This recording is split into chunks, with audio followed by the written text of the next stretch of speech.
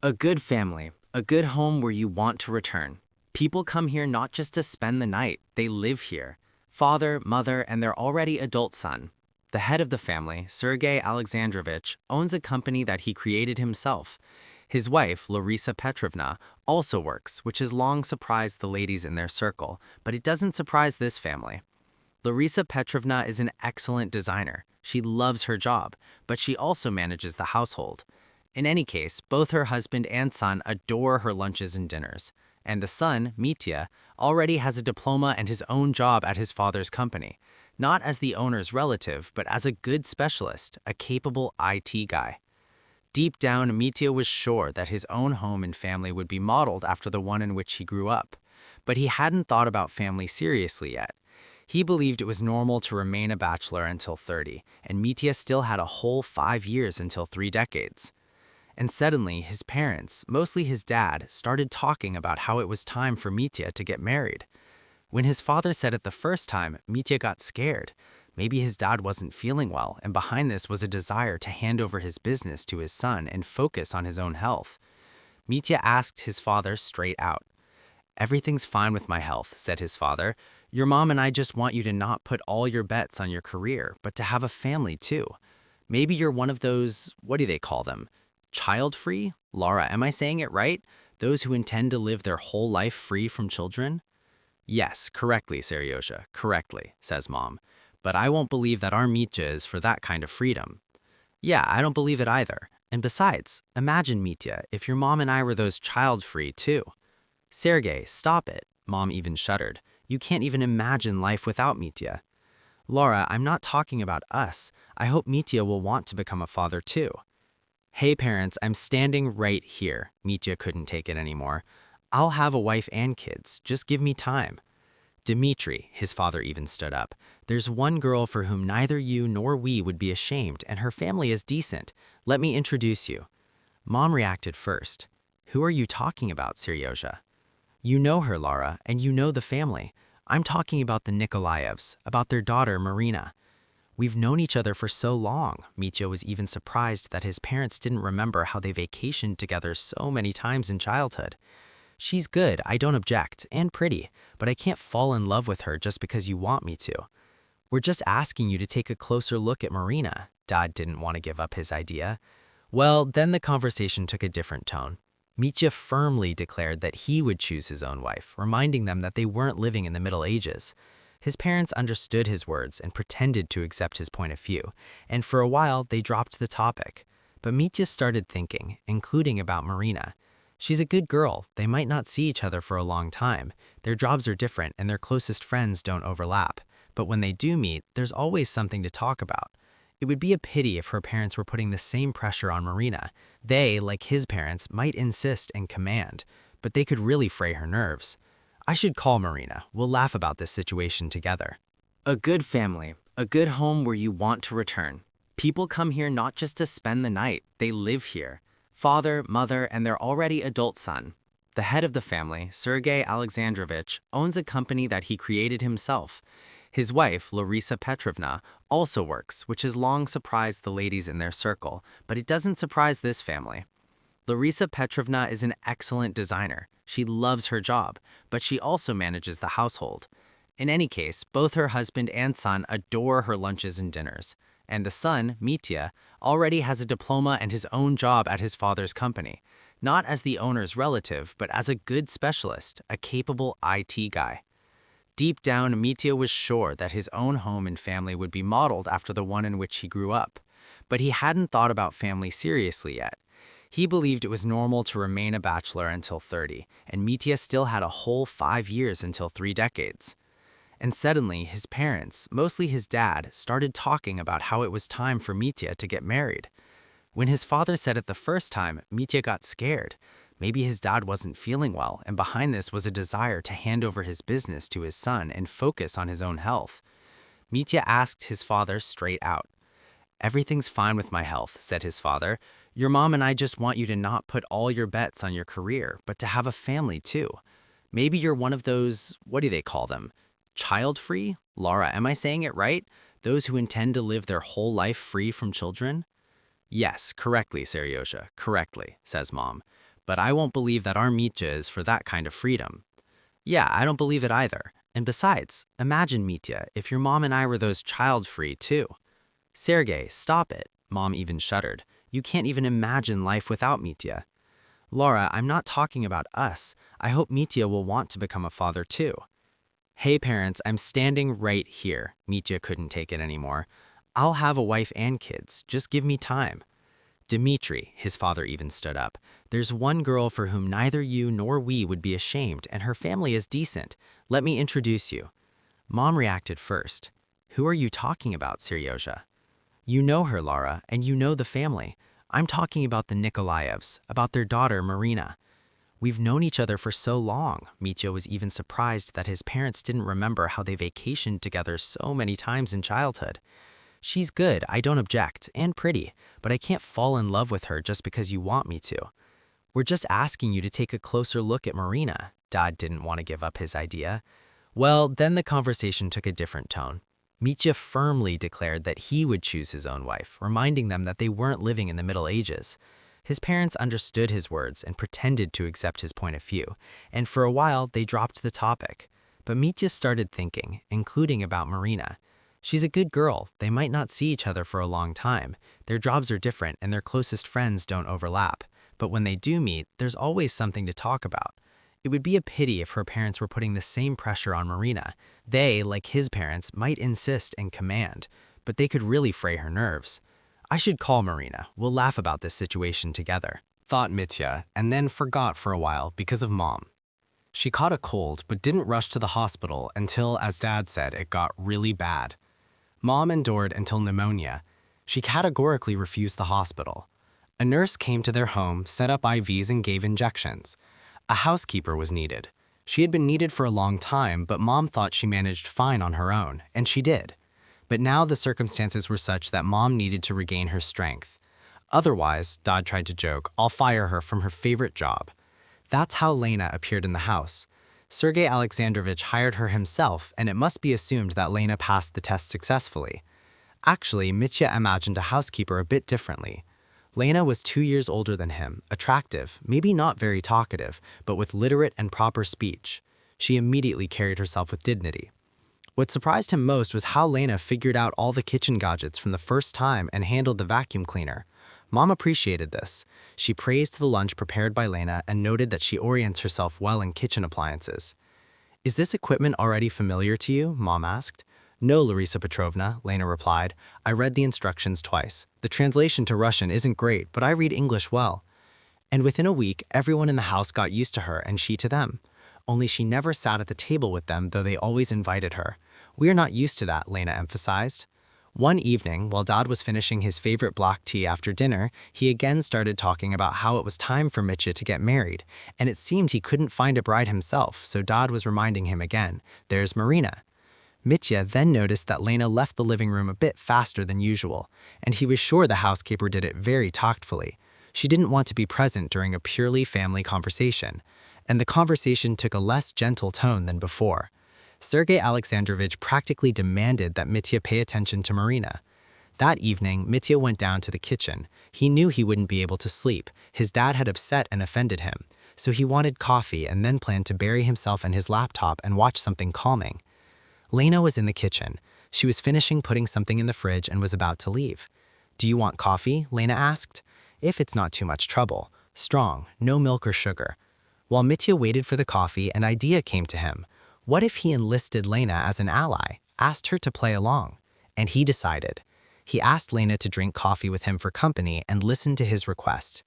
Mitya told her that he loves his parents, respects them, always listens to their advice, but not to commands or orders. Mitya consulted with them when choosing a university and the city where he planned to study, consulted when hesitating on a thesis topic, and asked their opinion on smaller issues. But his parents never pressured him. Friends and acquaintances knew this and even envied Mitya a little. And they jinxed it? Lena asked a bit ironically. That's the exact word. Mitya didn't get offended. They jinxed it because now my parents are choosing a bride for me. You probably heard today, such conversations have been going on for a while, and they're getting more and more serious. I'm sure they're processing Marina and her family too. She's a good girl, you could say a friend, but neither I nor Marina ever thought our parents would matchmake us. Marina has a boyfriend, and now, after such talks with her parents, she doesn't dare introduce him to them. Her parents seriously say that you need to be sure about the family, and they're sure about our family. There's nothing to fear for their only daughter. Then, Mitya talked about how they needed to turn the situation around. Now he felt very sorry for Marina. Her mom cries and keeps urging her to listen to her father. He won't wish anything bad for his daughter. My mom hasn't resorted to tears yet, Mitya continued, but after her illness, she doesn't need extra worries at all. In short, I came up with a trick, but without you, Lena, it won't work. Lena couldn't understand anything and asked for more details. In general, Mitya exhaled, can you pretend to be my fiancé? Who? Who? Lena asked again. And then Mitya explained what he had come up with. They needed to pretend that Lena was his girlfriend. They've been dating recently, but their relationship started complicatedly. Mitya had to convince Lena of his feelings for a long time. Lena was embarrassed by the ridiculous age difference. She was not quite 2 years older, which no one ever noticed. And when they finally dealt with that, Lena said that their family's different statuses scared her. Mitya assured her that his parents never put status first. If they befriend someone, it's based on common interests, not money. To convince herself of this, Lena gets a job as a housekeeper in Mitya's family, gets the chance to learn everything. And the stars aligned, said Mitya. Only my parents started pushing things, and now Dad says outright that I need to get married. Lena, help me in this tragic comedy. I'll introduce you as my fiancé. I'll handle the preface. I guarantee my parents won't offend you. They're not snobs, and they treat you well. I see that. This is some nonsense. I've never even dreamed of anything like this. Lena was still in complete bewilderment. Whether they're snobs or not, I don't know myself. In their place, I can't even imagine a housekeeper as their son's fiancé. But what if we have love? Mitya found another argument. Mitya, stop it. Though I see you really need help. Fine, but no kisses or anything. That's understood, Lena gave in. The next day, Lena took a day off. That's what they agreed, so Mitya could prepare his parents. But Lena still hoped he would abandon this performance. In the morning, at breakfast, Mitya told his parents not to worry anymore. He already has a fiancé. They've been dating for a while, and now he's ready to propose. Naturally, his parents were surprised, started asking why he kept silent. Maybe something's wrong. Everything's fine, Mitya replied confidently, and you know her.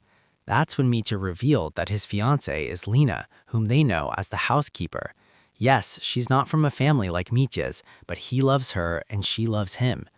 Only Lena wanted to make sure that the attitude toward her wouldn't be based on how high or low her supervisor hired her in. Status is, to say that Mitya shocked his parents with this news would be untrue, but neither Sergei Alexandrovich nor Larisa Petrovna said that Mitya and Lena couldn't be together because of different positions. They said almost nothing at all. They didn't know what to say yet.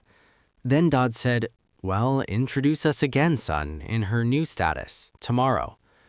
If not for Mitya, his parents wouldn't have known Lena as a housekeeper. They hardly would have thought this girl was involved in housekeeping. Even in her role as housekeeper, she carried herself with dignity, was tactful, and even with her reticence, it was clear that Lena was well-read and educated.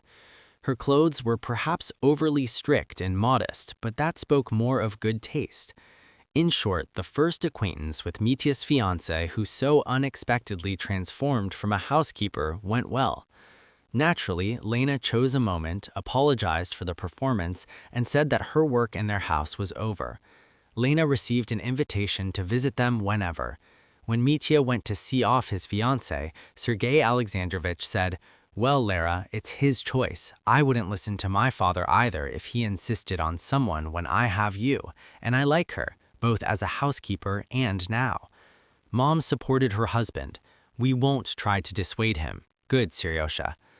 Mitya, though he didn't hear what his parents were talking about now, was sure they wouldn't push him toward Marina anymore.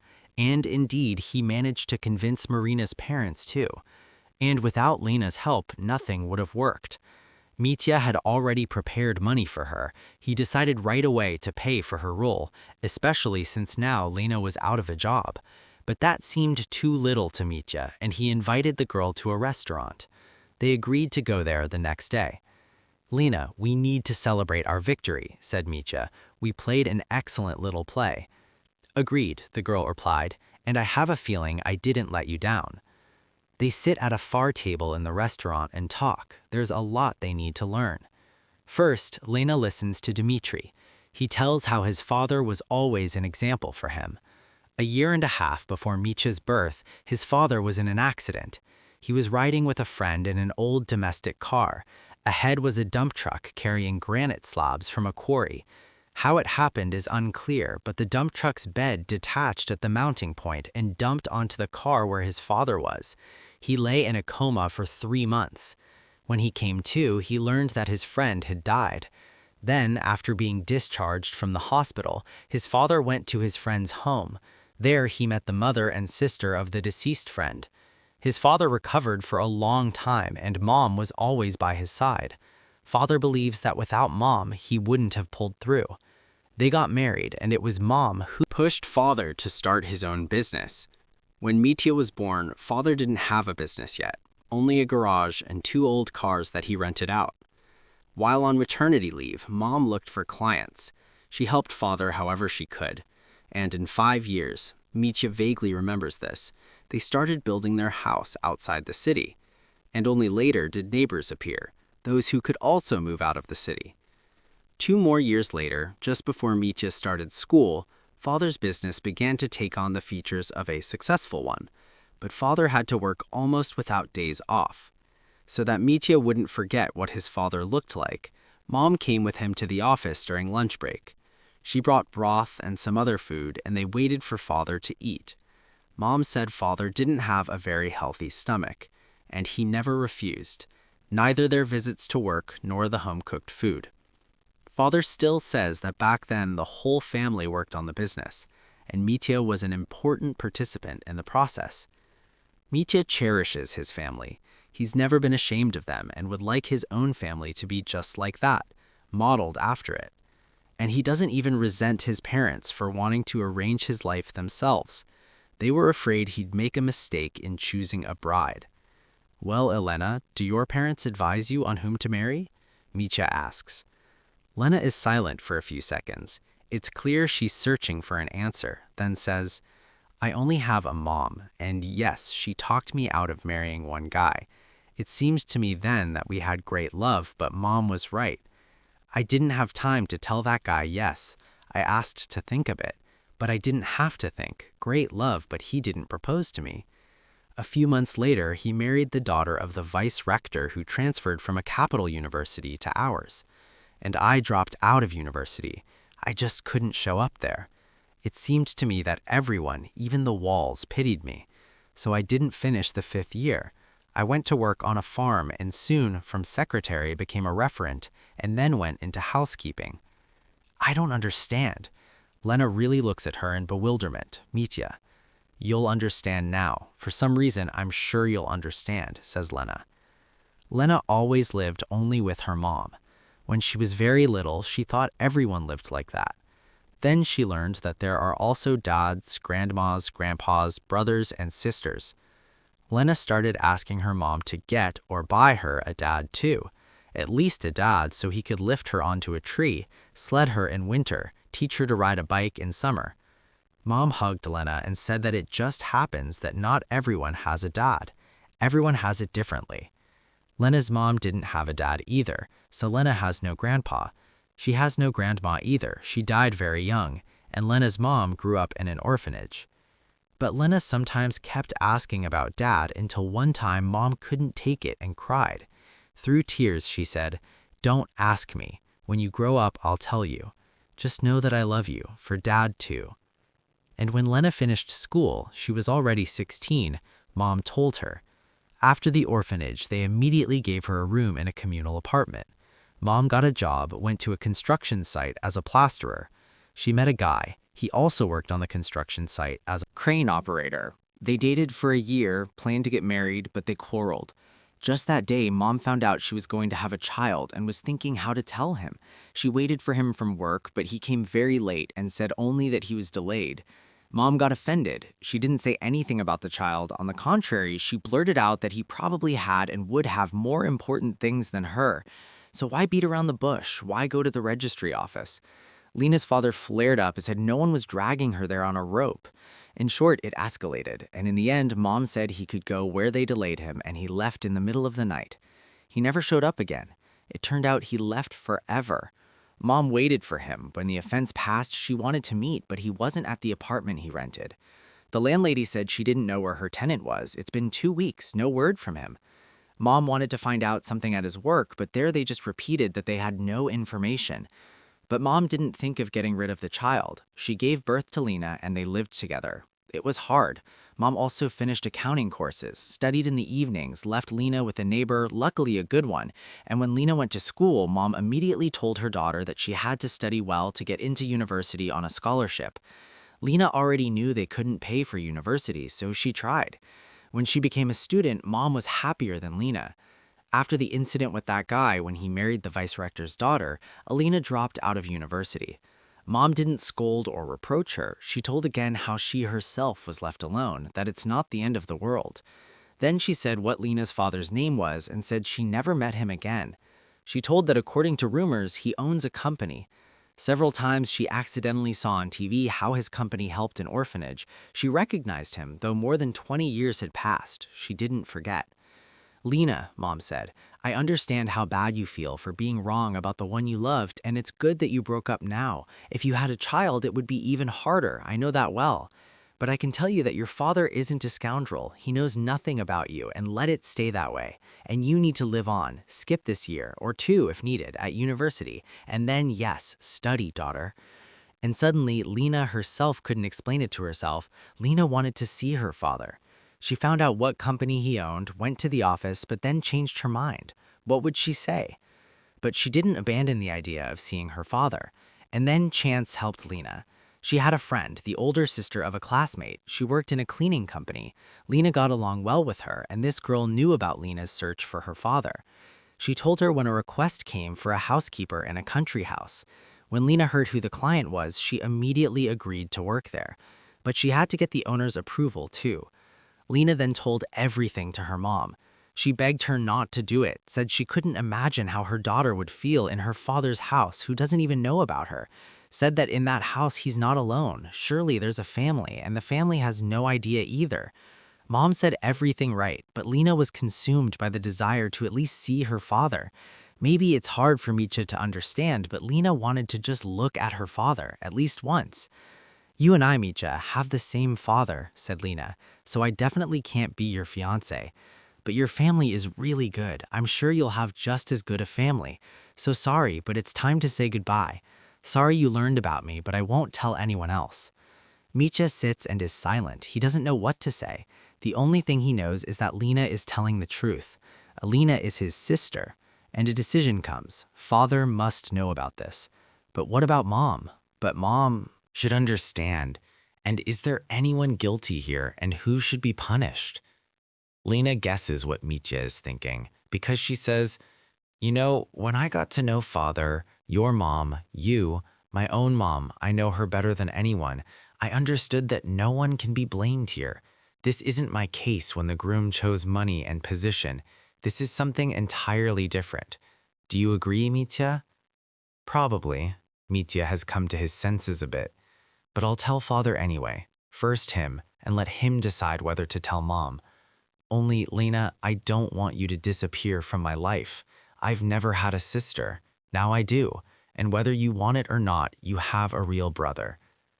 And Mitya tells his father what he learned from Lena and sees that with each word, his father remembers what happened back then. He doesn't doubt for a second that Lena told the truth. Only now, son, I need to talk to your mother. And Mitya understands how hard it will be for his father now to tell all this to Mom. Larisa Petrovna listens to her husband and doesn't ask a single question. What is there to ask? Everything's clear anyway. If not for that stupid quarrel, she, Larisa Petrovna, wouldn't have such a husband, such a son, wouldn't have the family she cherishes more than anything in the world. If not for that quarrel, another woman would be in her place, would be a happy wife, they would raise a daughter. But as it is, she had to do it herself, and the daughter grew up worthy. She remembers her well. Larisa Petrovna feels not a drop of resentment, but she needs to help Seryosha. He must see that woman, must talk to her and to Lena, try to explain the mistake of youth for which such a high price was paid. In Lena's apartment sit Sergei Alexandrovich and Mitya, and in the kitchen, Lena and her mom are making tea. This pause is needed by everyone, but the pause will end. The people who have gathered together now must talk, and it's right that they'll do it in the presence of the children, adults but still children. And this story ends well, and not only because a pretend fiancé wasn't needed, but because those who by fate or chance found themselves at its epicenter remained above all people and managed to correct the mistake. Because now Mitya has a sister and Lena has a brother. They have a father and also two wise women, their moms. After all, it's very hard to keep common sense in such circumstances. They kept it.